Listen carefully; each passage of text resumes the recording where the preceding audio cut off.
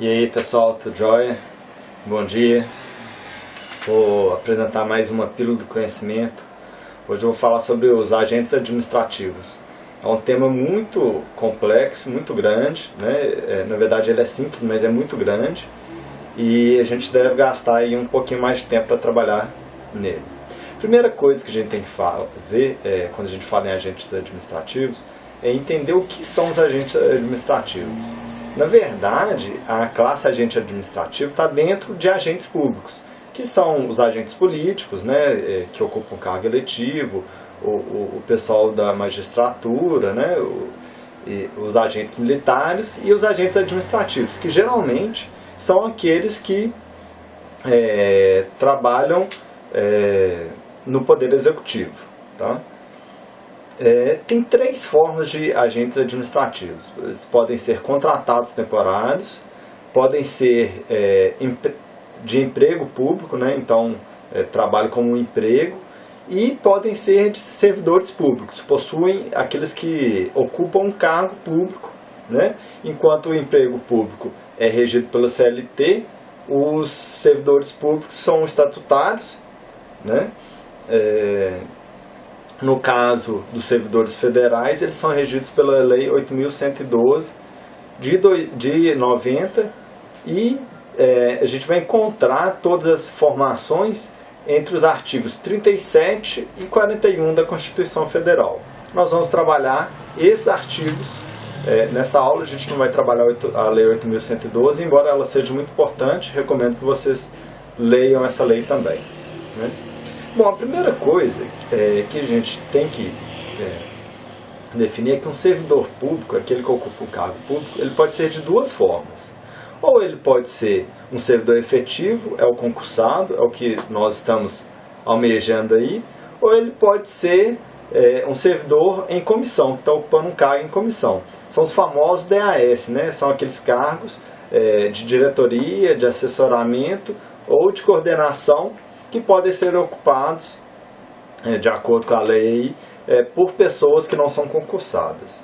Então, nem todo servidor público é concursado, né? Os artigos 37 e 41, eles focam principalmente nos servidores efetivos. Tá? O artigo 37, que é o primeiro que a gente vai trabalhar, ele fala principalmente de como que vai ser a atuação do servidor público. Ele fala que vai se pautar pelos princípios da legalidade, da publicidade, da eficiência, da moralidade e da impessoalidade, né? Aí no inciso 1 ele fala que os cargos públicos eles poderão ser ocupados por brasileiros ou por estrangeiros na forma da lei, por exemplo, nas universidades públicas, né? Todos os cargos têm que ser ocupados por servidores efetivos, têm que ser ocupados por pessoas que fizeram concurso de prova ou de prova e título, que é o caso do nosso concurso do Ministério de Ciência e Tecnologia e Inovação, e que os concursos eles podem ter validade por até 2 anos, prorrogáveis por igual período. Então, se o concurso é de 1 ano, ele pode ser prorrogável por mais 1, se ele é de 2 anos, ele pode ser prorrogável por mais 2.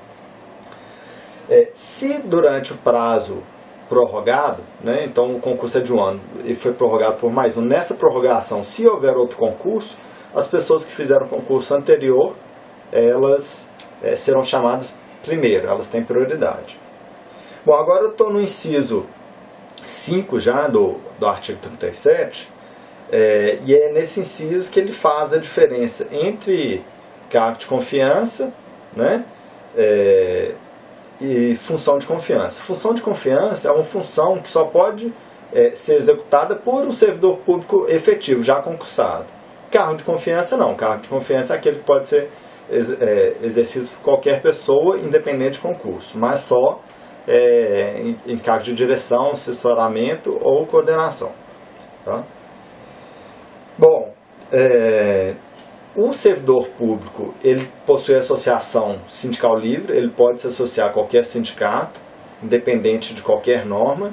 mas ele só pode entrar em greve de acordo com a lei. Então tem uma lei que regulamenta a greve, geralmente definindo o limite mínimo de atuação, 30%, né? O pessoal do metrô entrou em greve, 30% do metrô tem que continuar funcionando, né? Atualmente, a greve dos servidores públicos ela é regida pela greve dos trabalhadores normais, porque não existe essa lei ainda, tá? A lei fala que tem que ter um percentual para portador de deficiência, né? Todo mundo está acostumado com isso, no nosso concurso também tem, né? E que a contratação temporária ela só pode ser exercida se ocorrer uma situação excepcional e for interesse da administração. Por exemplo, aconteceu uma enchente, tem muito desabrigado, não tem médico suficiente. Pode contratar temporariamente médico, enfermeiro, porque é uma situação excepcional, tá? Esse inciso que eu falei foi o inciso 9. Né? Aí vem o inciso 10 que fala que toda remuneração tem que ser definida em lei, né? Toda remuneração do servidor público. E vem o inciso 11 que é um inciso importante. Ele fala sobre o teto de recebimento dos funcionários públicos, né? Dos servidores públicos. Então ele fala que o teto máximo é igual ao teto do ministro do Supremo Tribunal Federal, Gilmar Mendes da vida, né? O teto máximo é o tanto que um Gilmar Mendes da vida, o ministro, recebe. Isso para qualquer servidor. Porém, os servidores estaduais possuem o teto máximo igual ao do governador e os servidores municipais o teto máximo igual ao do prefeito. Sendo que os desembargadores, né, que são estaduais, eles recebem um teto máximo igual a 90,25% do recebimento do ministro do STF.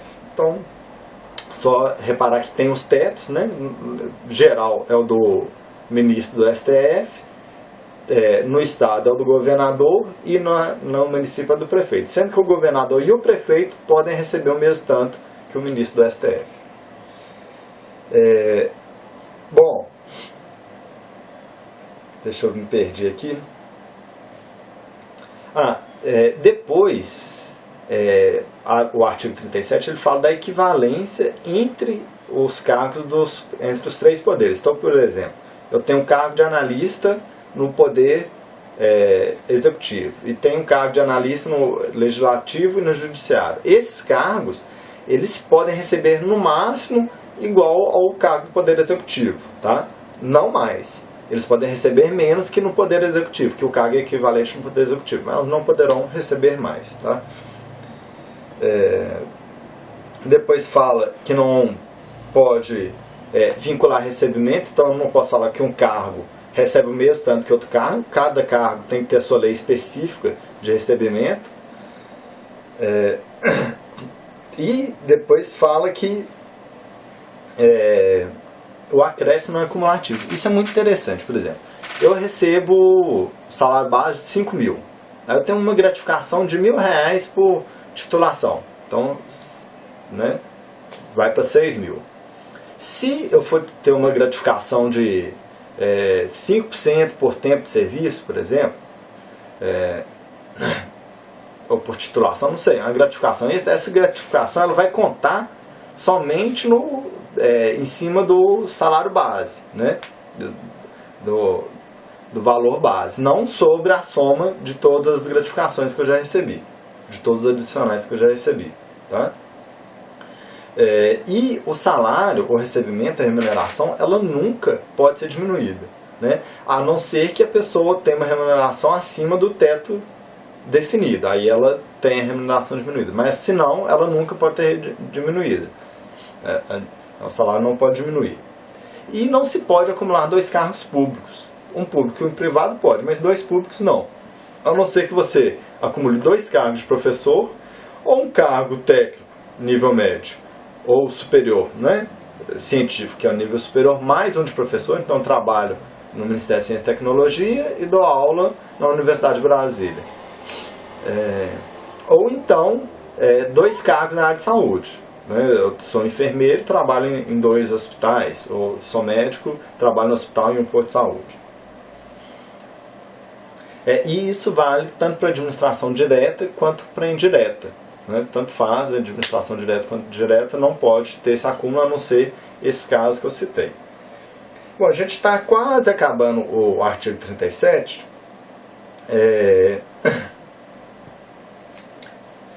Aí vem uma coisa que ele fala, que os funcionários da fazenda, eles têm autonomia, né, eles têm prioridade sobre os outros funcionários dos outros órgãos, quando tiver quando a atuação deles combinar. Então, por exemplo, eu vou fazer uma atuação que o pessoal da PF também poderia fazer, mas se eu sou da fazenda, eu tenho prioridade de trabalhar nisso, tá? A administração indireta, ela só pode ser criada por lei. Então fala que os órgãos, né, da administração indireta, as fundações, né, só podem ser criados por lei. Que as compras da administração, elas só podem ser feitas através de licitação.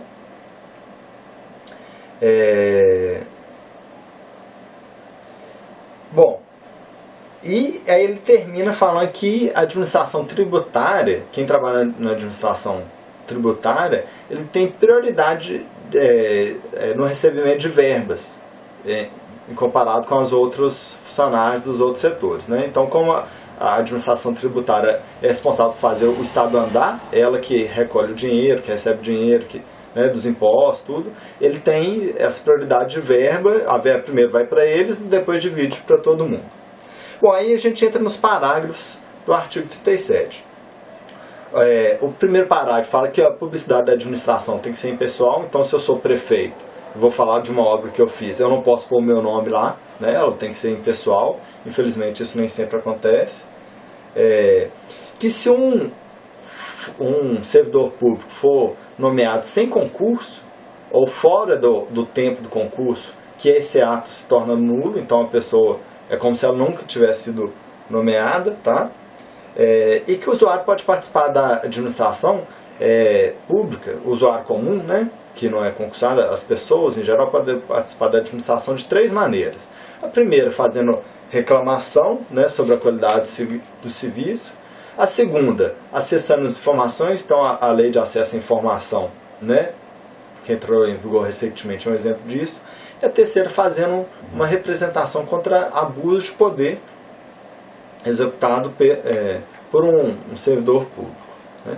O parágrafo 4º fala que a improbidade administrativa acarreta na perda do cargo público, né? O parágrafo 5º fala que a lei vai definir os critérios de prescrição. Então, por exemplo, eu cometi um ato que não era permitido, mas esse ato vai prescrever quando? Vai ter uma lei que vai definir isso posteriormente, né? Então, há 2 anos, se for atividade mais leve, 6 meses, se for a atividade punível com advertência, por aí vai. Toda a responsabilidade, qualquer falha cometida pelo servidor público, ela é do Estado. Então, o Estado assume essa responsabilidade. Claro que o Estado depois pode acionar o responsável, a pessoa responsável, posteriormente. Mas, a princípio, por exemplo, se acontecer uma coisa comigo e eu for entrar na justiça, eu vou entrar na justiça contra o Estado, né? Alguém cometeu um equívoco na administração pública e eu fui prejudicado contra ele por causa disso. Vou entrar na justiça contra o Estado e não contra aquela pessoa propriamente dita, né? E o acesso a cargos estratégicos, eles podem ter requisitos diferenciados. Então, é um cargo de confiança, ou, né, o cargo de confiança não entraria bem, mas um cargo da ABIN que vai trabalhar com sigilo, informação, pode ter alguns critérios, por exemplo, a análise pregressa, como tem na Polícia Federal, e por aí vai. Bom, o Estado poderá dar autonomia à administração indireta